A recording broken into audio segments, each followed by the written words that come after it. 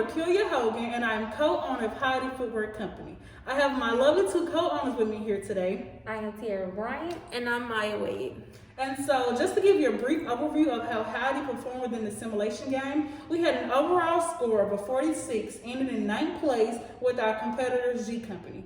We started out fairly strong with a net revenue of $449,151,000. There was a slight decline in year 12, but we then noticed a drastic decline in year 17 and year 18. We ended with an overall net revenue of $134,609,000.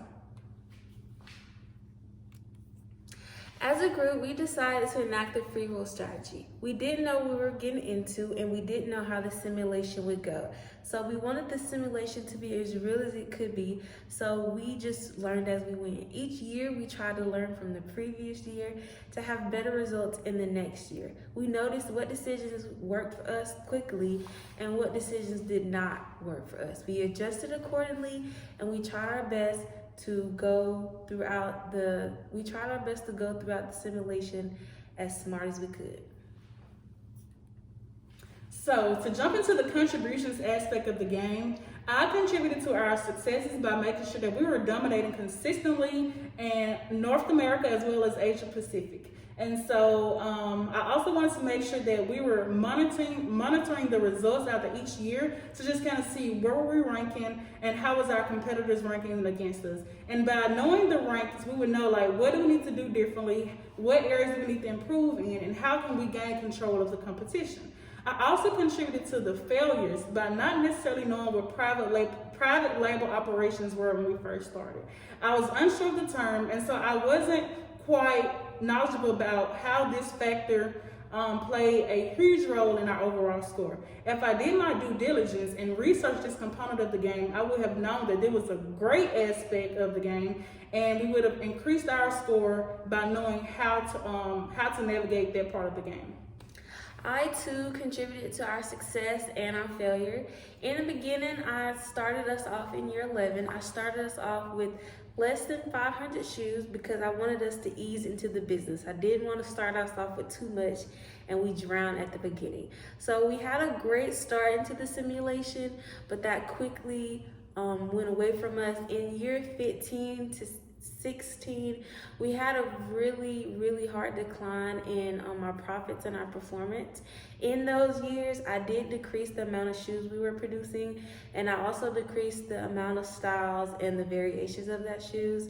So not only were we not making as much money, but the shoes, we weren't producing as many shoes and we weren't producing a variety.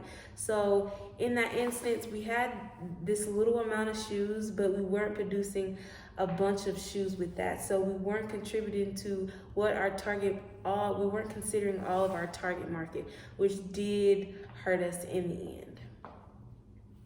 I contributed to the project by making sure I kept our numbers up. My intentions was to hope to pursue a different strategy from our competitors towards the end of the game. My weakness was not being able to fully understand the game as we got closer to the end. Once we started lacking, we fell too far and it was hard for us to catch back up. Another weakness of mine would be I should have had an eye opener and considering more towards our celebrity endorsements. What to expect? In year 19, we came up with a structure that we decided to do was to analyze our losses and our gains. We started off gaining, and as you can see, we ended with losing. We started losing in year 15 through 18. There was a major decline in our shoe sales. As you can see in our chart below, we did really great with our credit ratings, and we plan to improve our image ratings as we get to year 19. We also plan to start by utilizing the penetration pricing method, which will be gaining high market share, rebranding at a very low cost. Once we dominate our competitors, we plan to raise our prices. We asked ourselves a great question as a team: how will we dominate our competitors? We plan to do that by increasing by not only the image ratings, but also by our net profit which will be over 50%. We plan to pay off our debts by acquiring in year 19, which will maintain a good credit rating. We plan to invest money into the private label operation, which will increase the profitability rate of company earnings of our outstanding share of stocks.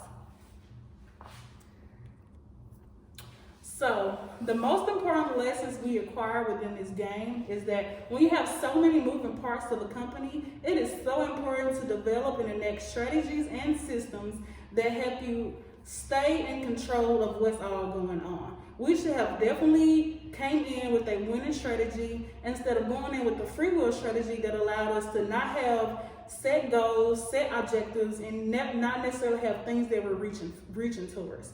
And so by us not having a sense of direction going into the game, we quickly lost control of the game. And so I will know that from this point forward as a future business owner to always develop strategies, always going in with the winning technique, regardless if you know what's going on or if you don't know what's going on. You can adjust your strategy accordingly, but also just have goals, have objectives, have stuff that you want to reach towards. Effective management and planning will aid you towards great success and financially, and also just staying afloat with your competitors. When you think about thinking strategically, you should also think about your target market. Who are you targeting? What does your target market like? What are the trends? What is your target market's income? So you have to think of it from many standpoints because your target market is your focus. Those are the customers you are trying to bring in. So it's very important to have different aspects of your target market and how you're going to attract your target market. Also, every business has its highs and lows. Every business will have very high points and every business will have very low points. But what's most important about that is how you make a comeback from your lows. How do you bounce back after a loss? What do you do? What strategy do you have to bounce back in a situation that you've never been in before? That's what sets you aside from your competitors and other companies in the market.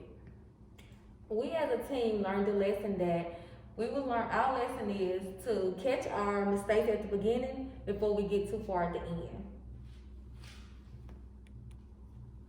So just to give a brief overview of our performance in the simulation, Highity Footwear Company definitely should deserve the chance to continue managing this company within the simulation game. And so we have enacted firm financial objectives which will allow us to set goals financially and make sure that we are working strategically to reach those goals, and also developing strategic objectives which will allow us to create certain strategies, figure out what works, what don't work, and make sure that we are performing accordingly to our goals. And so far as financially, we will adopt the cost leadership strategy. And so since we're in a broad market selling athletic shoes, we can make sure that we are staying original, and since we have like similar values, similar things we're bringing to the table, we'll just set our costs very low to try to gain a high market share. And once we reach our goal of dominating the business, we will then raise our prices to generate more profit. In class, we talked about many things, but we also talked about how a good strategy and having a great competitive edge is what keeps your company successful. Having a strong start will definitely help you in the end. It will keep you focused and in line.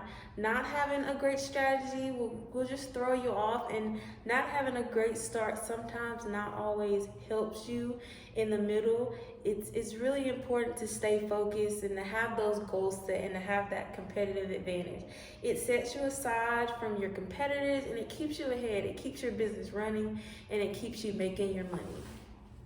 We as a team has learned a lot throughout the game and the class, but one thing that stuck out the most was chapter 5 to us that talks about account profitability. It relates to the game because it taught us on how to learn more about our return of equity and our return of assets. And so I hope you have take great consideration of the different points, our new strategies, our financial objectives, our strategic objectives, and consider us to continue on in the simulation game. We have truly learned so much within this course. Although our score did not reflect what we feel like it should have, we have taken great knowledge and using our mistakes and failures as a stepping tool to aid towards our success in the future. Thank you.